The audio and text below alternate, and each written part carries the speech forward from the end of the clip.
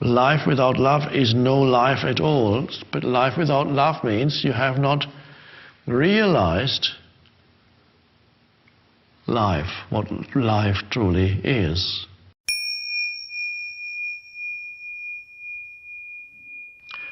This questioner has it must be a quote from someone, but he doesn't say who, or maybe it's his own. Life without love is no life at all. Please comment on this statement. Well, I like that statement. Life without love is no life at all. Now, what does that mean, life without love? Love can only be there when you're connected to the source of life, who you are beyond form, stillness, spaciousness, and then from there you perceive, you relate, you operate, you do what you do, and there's a sense of oneness, no longer a sense of separation. You're one with the present moment. You're one with whoever you meet, because the separation comes through mental concepts. And that sense of oneness is love. It's a recognition that you share with every life form, you share the same consciousness. So it's always a self-recognition. You sense rather than see yourself in the other. That is love. And then, of course, you treat the other as yourself. You love your neighbor as yourself.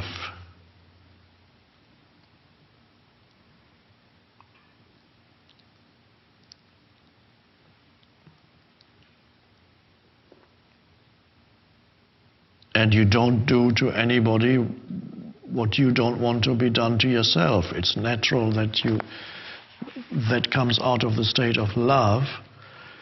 And then, yes, you're not really truly alive, or we could also say you're not fully human unless that dimension is there in you.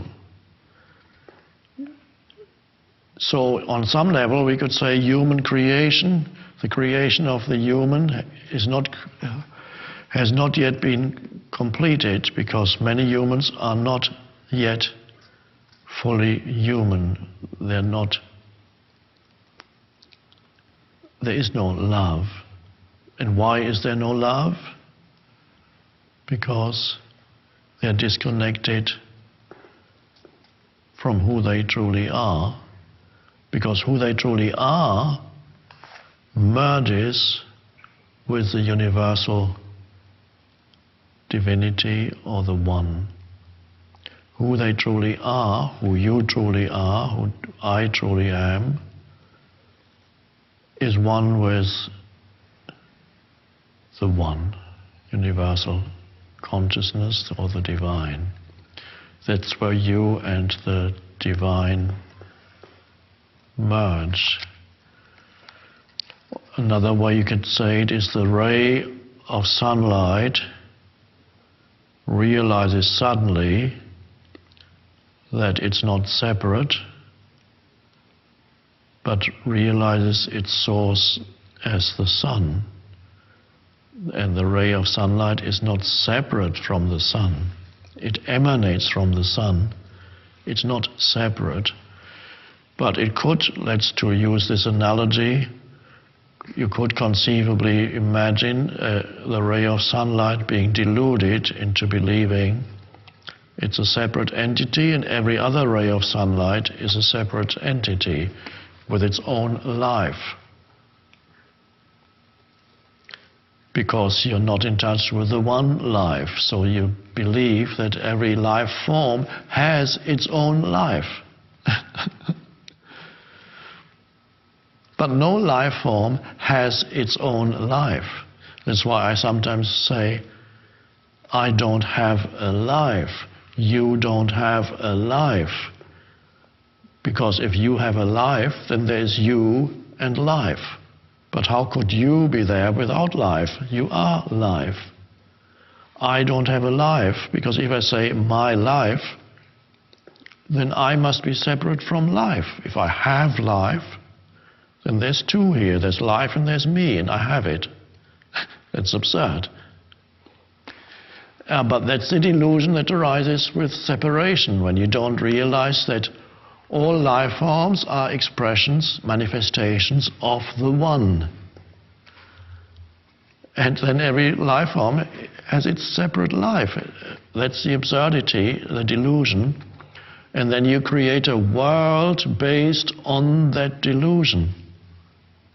And the kind of world you create on that delusion of separation is the world that you can read about in history books, or listen to the news, or look around.